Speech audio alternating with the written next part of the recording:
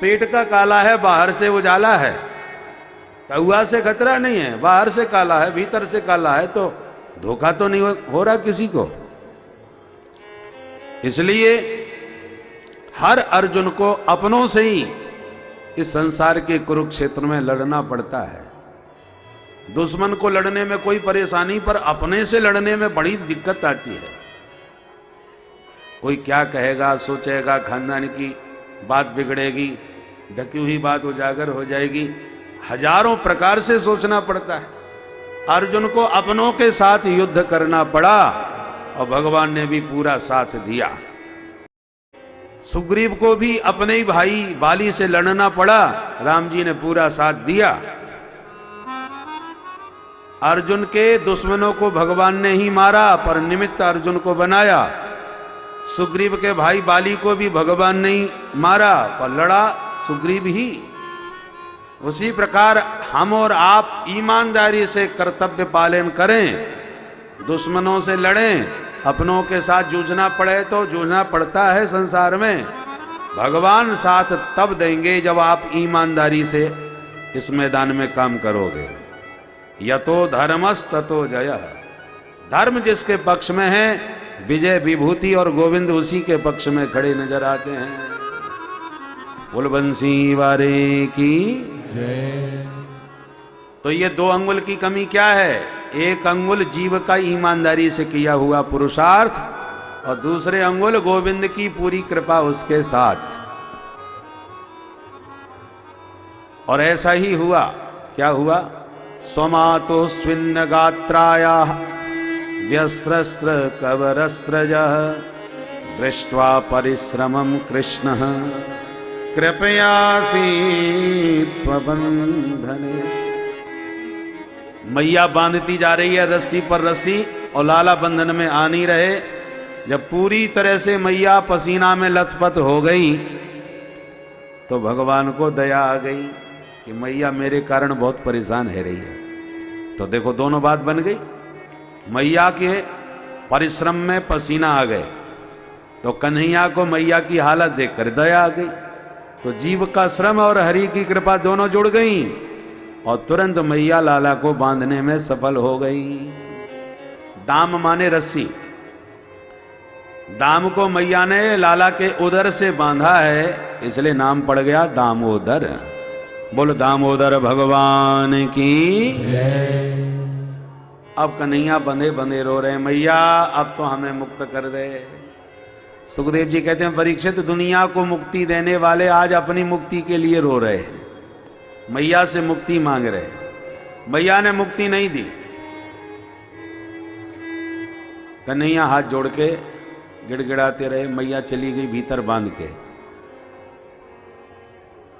कन्हैया को लगा अब मैया छोड़वे वारी ना है, तो बंधे हुए ऊखल को ही सरकाते सरकाते आंगन में आगे बढ़े। 2 अर्जुन के वृक्ष खड़े, उन दोनों के बीच में से निकल पड़े। ऊखल बड़ा था, अड़ गया। कन्हैया ने जोड़ का झटका मारा कि धड़ा, दोनों वृक्ष उखड़ के धरा पर गिरे, और 2 दिव्य महापुरुष उन वृक्षों में से निकल पड़े। दोनों ने दिव्य भगवान की स्तुति गाई। कौन थे ये दोनों? दोनों ही नलकुबर और मणिग्रीव नाम के कुबेर के 2 बेटा थे। बहुत ही सुंदर थे, नवयौवन संपन्न थे, और धन के मद में हमेशा भरे रहते थे। एक दिन दोनों ही नग्न होकर सरोवर में नहाने लग गए। अचानक उसी वक्त नारद जी वहां से निकल पड़े। अरे महाराज जी आ रहे हैं, महाराज जी आ रहे हैं। बाकी आसपास के जो लोग थे वो तो भागे, कपड़े पहन के महाराज जी को प्रणाम करें। और ये दोनों तो मदरा मदांध हो रहे थे, नशे में थे, झूम रहे थे। नग्नावस्था में बाहर निकल के आ गए, महाराज जी दंडोत। दंडवत करने का भी एक ढंग होता है महाराज, ढंग से पता चल जाता है। दंडवत करने के तरीके से पता चल जाता है कि ये व्यक्ति कितना कैसा है। पहले दंडवत का अर्थ होता है दंड के समान, दंड माने लाठी, डंडा, डंडे की तरह एकदम साष्टांग दोनों हाथ आगे करके लेट जाना, उसका नाम है दंडवत। फिर हम लोग थोड़े विकसित हो गए, तो फिर डंडे की तरह कौन लेटे, सब कपड़े खराब हो जाते हैं, तो घुटने टेक करके माथा धरती पर रख करके प्रणाम करने लगे। फिर और हमारा विकास हुआ, तो घुटने टेकने से भी तो सारा पेंट खराब हो जाता है, कपड़े खराब हो जाते हैं, झुकने में दिक्कत आती है। तो अब केवल खड़े खड़े केवल कमर थोड़ी झुकाई और चरणों से हाथ लगा करके माथे पर रख दिया। फिर हम और विकसित हो गए, अब तो चरणों तक हाथ ही नहीं जाता, घुटने ही छू करके काम चल जाता है। फिर और विकास बढ़ा, अब तो घुटने से भी हाथ लगाने की जरूरत नहीं। आपने देखा होगा महानगरों में, हम तो खूब अनुभव करते हैं, नवयुवक आते हैं, देखो महाराज जी आए दंडवत करो, तो केवल घुटने से हाथ लगाते हैं, फिर माथे से नहीं लगाते, केवल घुटने छू लिए। और महाराज बोलो राधे राधे।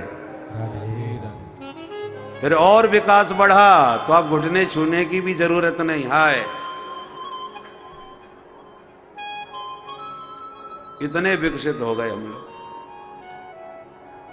आप कहते हैं दंडवत करो और बच्चे तने खड़े हैं।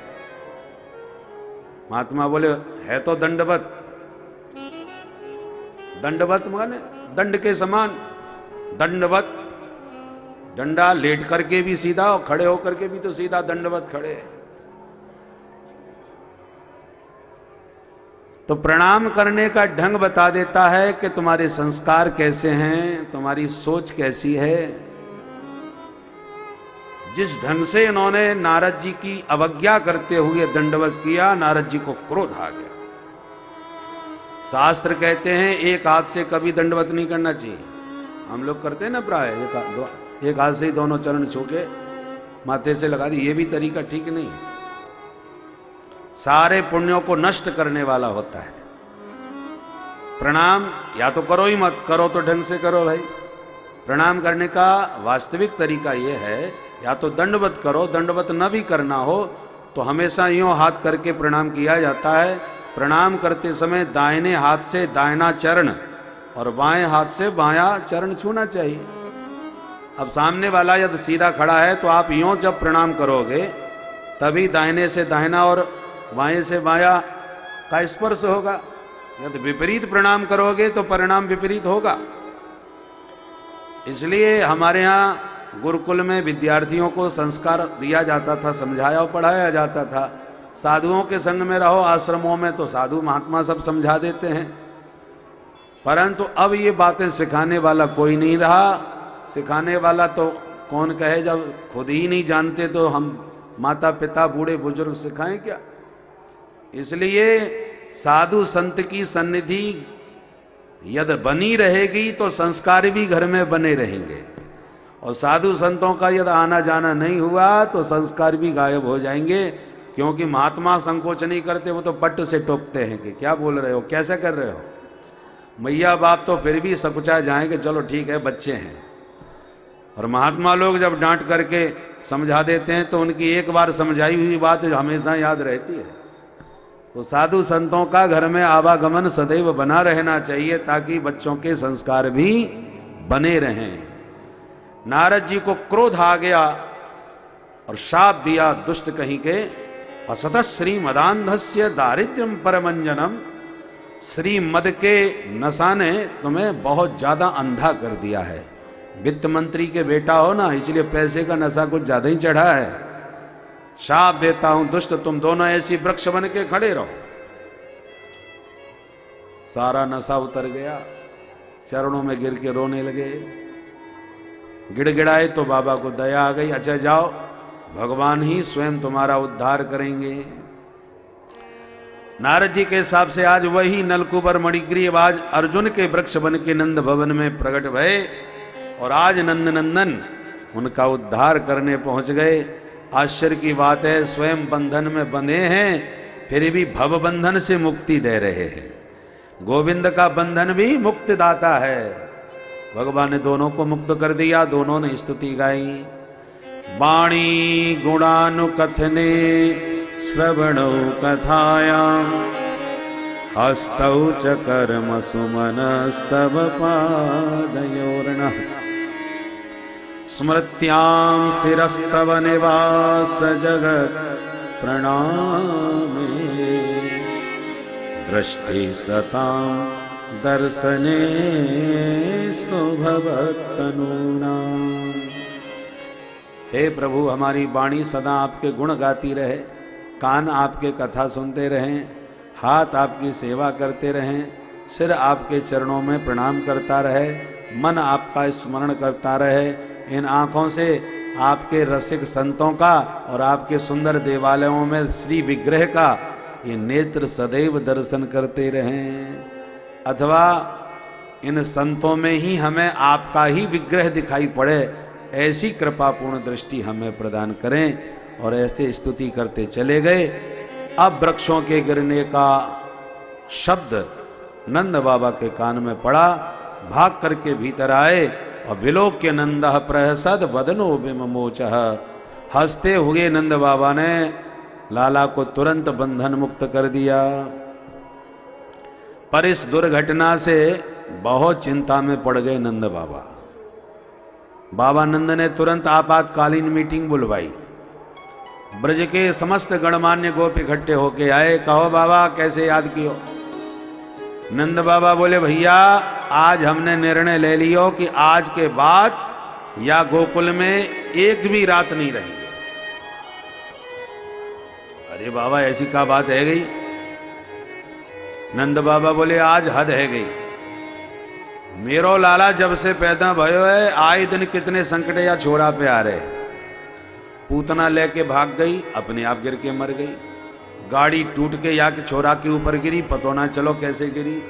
तूफान में उड़ गयो, बाल बाल बच गयो। पर आज तो गजब है गयो। हमारे बाप दादा के जमाने के कितने पुराने वृक्ष हैं जो हमारे घर के आंगन में खड़े हैं, और आज दोनों वृक्ष एक साथ टूट के छोरा के ऊपर गिर गए। मेरो लाला भगवान जाने कैसे उन दोनों के बीच में आ गया, उसको बच गयो, अन्यथा न जाने कैसो अनिष्ट अनर्थ है जातो। नारायण की कृपा से छोरा बचो है आज, इसलिए हमने निर्णय लियो है कि अब हमें यहाँ रहना ही ना है, कहीं और चल के बसेंगे। है सके कि बाहर जावे थे ये संकट छोरा के टल जाए। अरे बाबा, तो फिर बाहर जाओगे कहाँ? नंद बाबा बोले, इसलिए तो तुम सबन को बुलायो है कि बताओ कोई बढ़िया सही जगह हो, कोई अच्छो स्थान। तो उपनंद खड़े हो गए। भैया, एक स्थान हम अच्छी तरह जाने, बड़ो सुंदर है। कौन सो? बोले, वनम वृंदावनम नाम पसव्यम नवकाननम् गोप गोपी गवां सेव्यं पुण्याद्री तृणबीरुहम्। बाबा, अपने ब्रज में बहुत सारे वन हैं। वृंदावन, निधि वन, बेल वन, काम वन, ताल वन, मधुवन, भांडीर वन, अनेक वनों से विभूषित ब्रजमंडल है। परंतु सर्वोत्तम, सबसे बढ़िया वन हमें एक ही लगे, वाको नाम है वृंदावन। वृंदावन मतलब वृंदाया तुलस्या वनम वृंदावनम, जो तुलसी का वन है। तुलसी का मतलब तुना विष्णुना लसती शोभती ति तुलसी, जो श्री हरि के चरणों में, श्री अंग में सदा शोभायमान रहती है, उसका नाम तुलसी। गोविंद चरण प्रिय तुलसी है मरूपांच रत्न रूपांच मंजरी भव मोक्ष प्रदाम तुभ्यम अर्पयामि हरिप्रिया। हरिप्रिया हैं, ठाकुर जी को इनसे अत्यंत प्रेम है। बोलो राधे राधे। राधे राधे। दुनिया